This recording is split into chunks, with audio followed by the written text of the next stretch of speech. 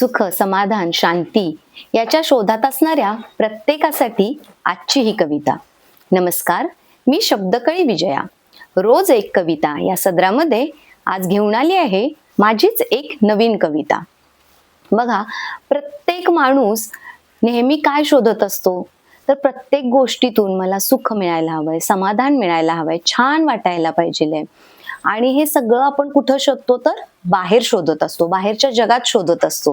पण खरं पाहायला गेलं तर हे सगळं आपल्याच आतमध्ये आहे, आपल्यातच आहे आणि ते आपल्याला आपल्यातच शोधायचं आहे. म्हणूनच आजची ही कविता लिहिण्याचा मी प्रयत्न केलाय. ऐकूया कविता स्वतःसाठी. अगदी खोल मनातून छान वाटतं तेव्हा कळतं, सुख म्हणजे नेमकं काय असतं. मग त्याला छोटंसं निमित्तही पुरतं.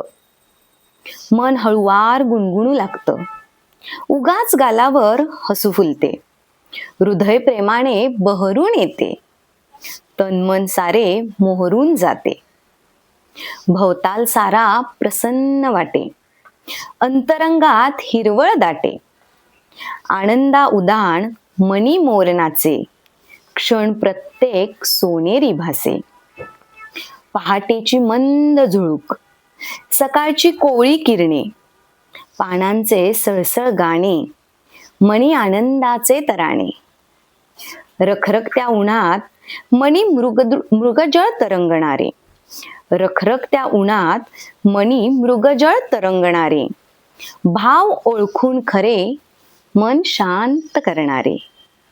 मावळतीचा सूर्य समाधानाची उधळण करतो, संधी प्रकाशात मनामध्ये तृप्तीचा नंदादीप तेवत राहतो. गर्द काळोख दाटताना मन मात्र उजळून जाई, मिटलेल्या पापण्या आड नवे सुंदर स्वप्न जन्म घेई.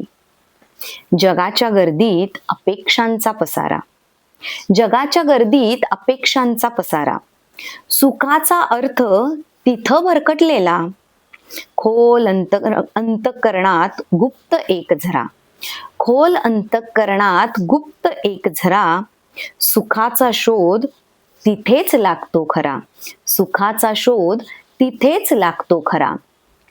आपल्या अवतीभोवती अनेक सुंदर छान अशा गोष्टी आहेत, ज्याच्याकडे पाहायला आपण विसरतोय.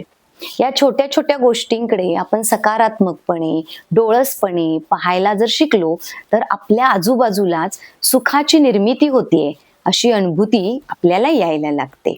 धन्यवाद.